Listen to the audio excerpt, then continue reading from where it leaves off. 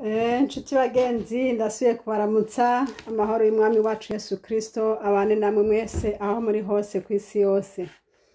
Izina ryanje nitwa Françoise Habonayo kandi ndakengurukiye Imana kuko yongeye kuduha umwanya wo kongera kuganira namwe bakunzi wanje mwese aho muri hose kuganira ijambo ryayo. Izina ry'umwami wacu Yesu Kristo rihabwa icubahiro rishigwe hejuru cane kubw'uyu mwanya mwiza Imana ituronkeje. Uyu munsi ngarutse imbere yanyu ngomba kutuganire ku ijambo ryitwa icaha. Ariko ndashimikira ku gukora icaha utabizi mbega ariko ukaba wakoze icaha ariko ntubimenye. Mbega Imana yoguhana? Mbega Imana yoguhanira ikintu utazi? Iryo jambo niryo ngomba tuganire ko uyu munsi.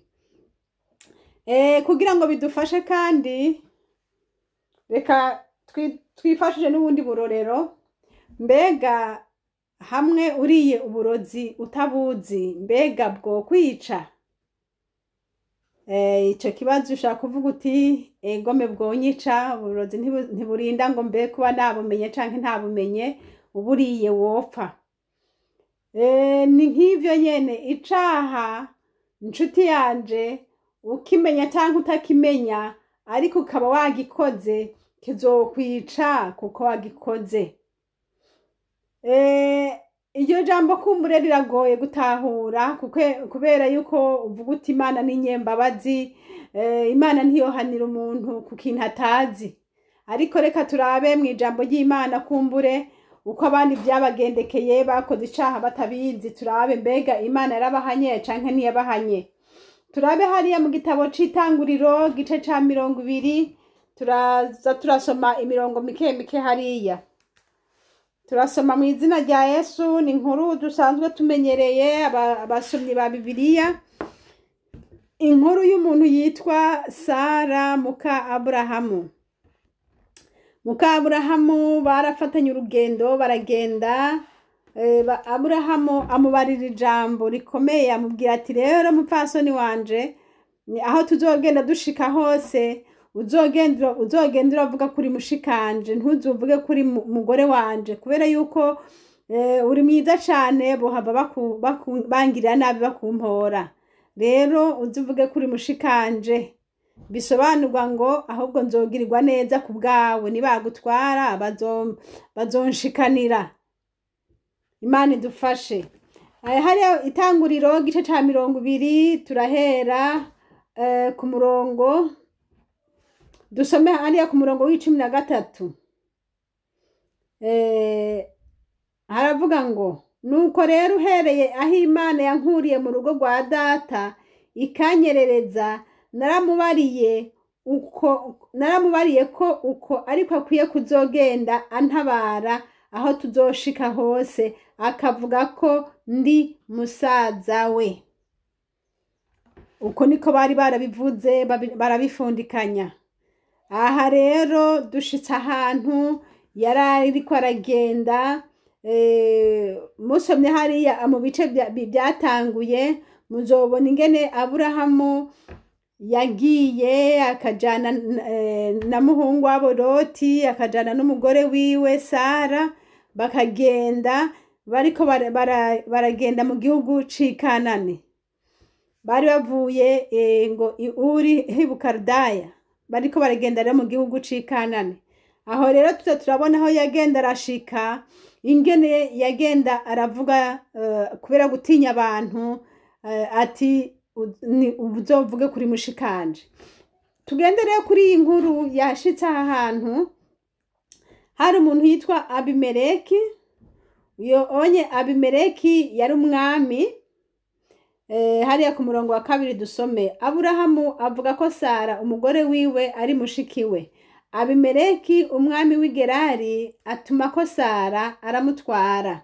Ariko mwijoro Imana yiyereka Abimeleki mu ndoto iramubarira iti urapfuye kubwo uwo mugore watwaye kuko afise nyenewe. Mugabo Abimeleki ntiyari bwamurongore. Nuko arabaza ati mwami wogeseza abantu kandi ataco bacumuye? ubwiwe si we yambariye ngo ni mushiki we, na nyamugore nyene yavuze ko ari musaza we. Ico nakoze nagikoze ata mutima undega ikibi, ata maboko yanje nanduje. Imana imwishurira mu ndoto iti, nivyo ndazi yuko wakoze ivyo ufise umutima utakurega ikibi, kandi nanje nakubujije kuncumurako. Nico catumye ntagukundiye kumukorako. None rero subiza uwo mugabo umugore wiwe, kuko ari uwuvugishwa nanje, nawe azogusengera ubone kubaho. Ariko nutamusubiza umenye yuko utazobura gupfa mwe n'abana bawe bose. Imana ishimwe. Nshuti mugenzi uri kurankurikira, urumvise ingene byahavuye bigenda. Icaha ni icaha, ubu kizi canke utakizi, wagikoze uzohanwa, kuko icaha kirahanwa. Abimeleki nawe yarabajije, kandi iki kibazo naragikunze cyane, ngo none ga mwana, ngo vy'ukuri ko nabikoze ntabizi ko ari icaha, none kweri wohana umuntu ataco yarazi? Ariko Imana iramubarira iti, subiza uwo mugore wawe kuko afise nawe, kandi uca umubarira kuko ari umuvugisha, uca umubwira agusengere mwe nabo mu rugo rwawe, ataraho naho urapfuye. Dushishikaye gusoma, Abimeleki yaciye abigenza uko nyene, asubiza umugore w'abandi. Ariko Bibiliya tubarira ngo ntiyari bwamurongore, ni ukuvuga ngo ntibari bwaryamane. Naho yari yamaze kumuzana, ariko ntiyari bwaryamane nawe. Imana yavuga ati, nico catumye nanje nza kukubwira, kubera nabonye ko atavyuzi.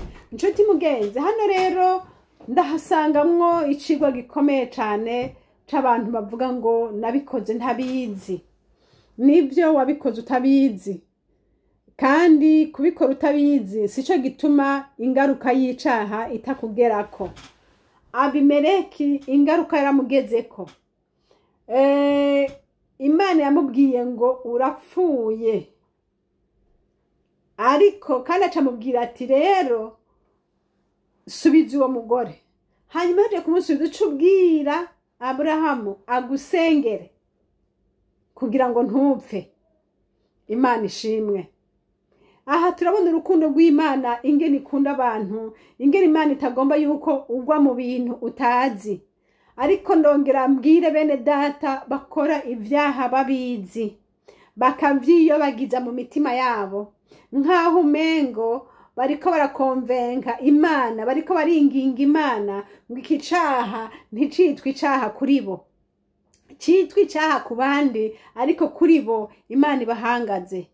Nshuti mugenzi, aho uri hose, ndavuze mu izina rya Kristo Yesu Umunyanazareti, azocira urubanza abariho n'abapfuye bakazuka bagacirwa urubanza. Ndakumenyesheje yuko icaha wacemera utacemera, ariko kikaba ari icaha imbere y'Imana, uzohanwa. Ntiwiremeshe ngo warasenze, ngo Imana yarakumvise. Niba vyakunaniye kwihangana, uzogirwako n'urubanza. Ariko woye kwiremesha mu mutima ngo Imana ngo wowe ntaco izokugira. Aha ngiye ko nkubwira nti urubanza Imana izoca uzorukira gute? Ndakugiriye inama, ucumva iri jwi ririko rirakubarira, uhindure wihane. Niba watwaye umugore afise umugabo wiwe, ndakubwira mu izina rya Kristo, ndakwinginga ngo wumve uko Imana iriko iravuga. Ukaba watwaye umugabo w'abandi, nshuti mugenzi, ureke kwiremarema nkaho umenga Imana iragukunda kurusha uko ikunda ijambo ryayo. Imana ihagarariye ijambo ryayo. Iyi nkuru ya Abimeleki womenga Imana yaciye urubanza rukaze cane, kuko atavyo yarazi vy'ukuri. Yaravuze ati, heraba Sara yanyemereye ko yari musaza we, kandi na Aburahamu yambwiye ko ari mushikiwe. urumva wewe yaciye mu nzira nziza itomoye, bose barabimwemerera, ni nkaho mbese nta camurega. Nawe uyu munsi ushaka kuvuga uti raba uriya muntu yaravanye n'umugabo wiwe, ntibakiri kumwe n'umugore wiwe, urumva nta kindega. Uwundi akavuga ati raba ujya mugore nawe yanyemereye, nta kindega. Nshuti mugenzi, ikikurega niba atari ujya mugabo canke n'uwo mugore, niba ikikurega atacubona, hariho Imana mu ijuru ikurega icishije mu ijambo ryayo. Uko wiremarema kose ndakubwiye ntinutihana, ntuzoca urubanza Imana izoca ntuzorurengana. Abimeleki yarahanywe kandi atamukozeko, kubera gusa yamutwaye, bikemera abantu bakamenya ko yinjiye yagiye mu rugo rw'abandi, naho atari bwaryamane nawe, ariko ko yari yamaze gufata decision akamuzana, abantu bakabona ati yagiye muri rujya rugo. Imana yaramuhanye, yavuze ati urapfuye, genda subiza uwo mugore kandi uce usaba gusengere. Kandi Bibiliya irambwira ngo yari asanzwe ari ntavyara, ariko Aburahamu amaze kumusengera ngo baca baronka abana. Yesu nahabwa icubahiro. Reka tuje kuri Aburahamu nawe. Abantu benshi barishimikiza iri jambo ngo n'Aburahamu yarabeshe. Aburahamu baramubaje bati kubera iki wavuze yuko ari mushikawe ukaja kubesha? Yavuze ati narinzi ko atagutinya Imana kuri muri iki gihugu, naratinye ko bohava bamumpora bakangirira nabi. Ati rero cyo turavyemezanya ko hazogenda hose azovuga ko ari mushikiwe. Ariko kandi ntiyarashatse gukora icaha nko gukora icaha, yarashatse kurondera ingingo yomurengera kugira ngo ashobore kumererwa neza. Ariko mu vyo yavuze nta caha yakoze, kuko yavuze ati Sara ni mushikanje, niwo kwa data wacu, ni mwene data ariko si mwene mama. Nukuvuga kera hariho ukuntu bafata bakarongana mu miryango, kuko abantu ntibari bwabe benshi. Uyu Sara rero ngo bari basangiye se na Aburahamu, niko Bibiliya itubariye, ariko ntibari basangiye nyina. Hanyuma noneho usomye hari inyuma uzobona ingene uruvyaro rwa ingene Aburahamu yavukana nande, byagenze gute, yarongoye nde, gute na gute, uzobona ko by'ukuri Sara yari mushikiwe Aburahamu. Nukuvuga ngo yarageze kuba mushikiwe, akongera akaba n'umugore wiwe. Rero imbere y'abatizera, kubera tinyeti bohava bamubangirira nabi, yavuga ati uvuge kuri mushikanje kugira ngo dushobore kubaho ntibanyice. Imana idufashe. Rero Imana rero yagiye imuburanira muri ibyo bihe, abatwaye umugore wiwe, Imana ikabagendera mu nzozi bakamusubiza. Nshuti mugenzi, aho uri hose nawe uhagarare mu ngingo ikurengera udakoze icaha. Abantu benshi barakunda kwishimikiza ijambo bikabatera gukora icaha. Nukora icaha uzohanwa. Imana irahana icaha, naho wowe utabizi igihano kizogushikako. Ngira ko mbwira bene data bakunda kwihumuriza bagakora ibyaha nkaho umenga baraselektiona, bakavuga ati iki ndacemeye n'icaha, iki naco sindacemeye. Dusenga Imana yo mwijuru niyo nyene itegeko, niyizi gushinga ati iki kintu ndagihana canke ntaco mpana. Si jewe wo kuvuga ngo biko bingoye reka mbeshe, ko bingoye reka nibe, ko bingoye reka ngenze gutya, ko bingoye uyu mugabo twashakanye akabananiye reka ndamuhebe nzorondera uwundi, ko bingoye. Imana dutabare cyane. Imana iduhe kwihangana, iduhe kwihanganira ibitugerageza, iturinde icaha n'igisa naco. Uhoraho Imana abahezagire kandi abarinde.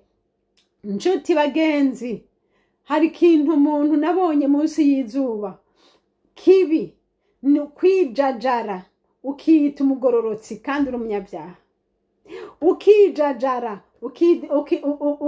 ugasa nk'ata rubanza ufise kandi urufise. Ukijajara ukaja ngaho ukaririmba kandi urindiriwe n'igihano. Imana dutabara, Imana idufashe. Niba Imana itaretse Abimeleki yari afise n'ibimenyetso bigaragara yuko mu by'ukuri atacaha yakoze, ariko Imana ikamubwira ati nakubuje gukora icaha. Biragaragara neza yuko wabimenya utabimenya icaha n'icaha. Niba watwaye umugore w'abandi subiza. Nimba ubona uyu mugore izina ry'umugabo wiwe ari naka ukabuza iti ari harya, ndakwinginze ureke. Niba ubona uti umugore mfise suwi wanje umugabo wiwe nguriya, nubireke. Ntukavuga uti none heraba, none ntubona ko bavanye, none ntubona ko nta kimfatira. Ikigufatira kiriho. Imana yo mwijuru niyo igufatira. Imana idufashe, Imana itugire neza. Twihane bigishoboka bagenzi. Ico udasobanukiwe usenga Imana. Iki gihe n'igihe kibi cyane. Hariho impwemu mbi, hariho abadayimoni baza bakazana insobanuro z'ibitari byo, zijanye nuko umutima wawe umeze. Hari umuntu umwe yigeze kumbwira ngo narasenze Imana, ngo ndavuga nti Imana niba ata wundi mugabo woba ufise wompa ureke, ariko sinshaka gusubirana n'uriya mugabo. Aho rero yari afise umugabo wiwe, kandi aho rero yari yiswe ngo arakijijwe. None uko gukizwa acabwira Imana ngo rero Mana ngo sinoshobora gusubirana n'uriya mugabo. Wumve yamuteye ibikomere byinshi, mugabo aracariho kandi aja mu rusengero basengana hamwe. Ariko kubera yuko adashatse ko basubirana, aguma yibuka vya bindi yamukorera, akiyumvira ati ntibikunda. Ariko ndakubwira nshuti, usenga Imana igutabare, Imana ikugirire neza, Imana ikurengere, ariko kandi kurinde icaha. Kuko nubwo wavuga ngo rero Mana ngo umpuwundi, Satana azoza kandi azokubwira ati aha ko wamwanse none nkugira gute, akira nguriya wundi twara. Mugabo ni ukubera wamwanse. Ico cyonyine cyo kumwanka nico cyaha imbere y'Imana. Ico nyene nico kizokuburanya. Wamwanse kubera iki? Wari ukwiye kwihangana ukagenda, kuko itegeko rikubarira yuko ariwe mugabo wawe gushika apfuye. Yesu nadufashe. Kumbure yisije ni derika, ariko ico ngombye kuvuga, ngombye kuburira bene data aho turi hose kugira ngo twirinde icaha nigisa naco, kuko umwami Yesu Kristo agiraze. Hariho byinshi ntarinzi narihanye. Hariho byinshi Yesu yagiye ampishurira, nagenda ntita ibyaha kandi ari ibyaha, ariko kubw'Imana bimpishuriye nkagenda ndavyihana. Nawe nshuti yanje, reka kwirengagiza iryo jwi rikubarira. Reka kwirengagiza ibyo ukora kandi Imana yarabikubujije. Reka kwihumuriza ngo mbega noca ngenda gute, ngo mbega byoca bimera ngo iki. Ntako vyomera. Uri muri Kristo Yesu hora hazokuburanira ibyo ari byo byose uko bimeze kose. Imana y'ububasha iguhezagire. Nshuti zanje bakunzi, aha twifuza mu mitima yuko umuntu wese ku ruhande rwiwe yokwiyeza kitunganya kugira ngo ntazosanga ari umutsindwa imbere y'Imana. Imana idufashe, Imana itugirire neza. Nanje hari byinshi byansinda, ariko Yesu yaraneshereje. N'ubu ndasenga Imana gushishikaye kumpishurira insindire bya bindi ntazi nkora kandi ari ibyaha bizonsindisha. Umwami Yesu aduhezagire. Umwami yagende Abimeleki akugendere nawe, aguhishurire ati yamara naho ukora ibi ni ibyaha, igihano kiri hejuru yawe, kandi nabo wumvira iby'Imana ikubarira wihane mugenzi. Nuko umwami Yesu Kristo abahezagire. Yari Françoise muriko muravugana. Niba utari bwagire sabone canke subscribe, ugende hajya kuri habunayo ufyonde kugira ngo ntihagire na kimwe kizogucika mu by'Imana izogenda itubwira byose. Uhoraho Imana abane nawe. Amen.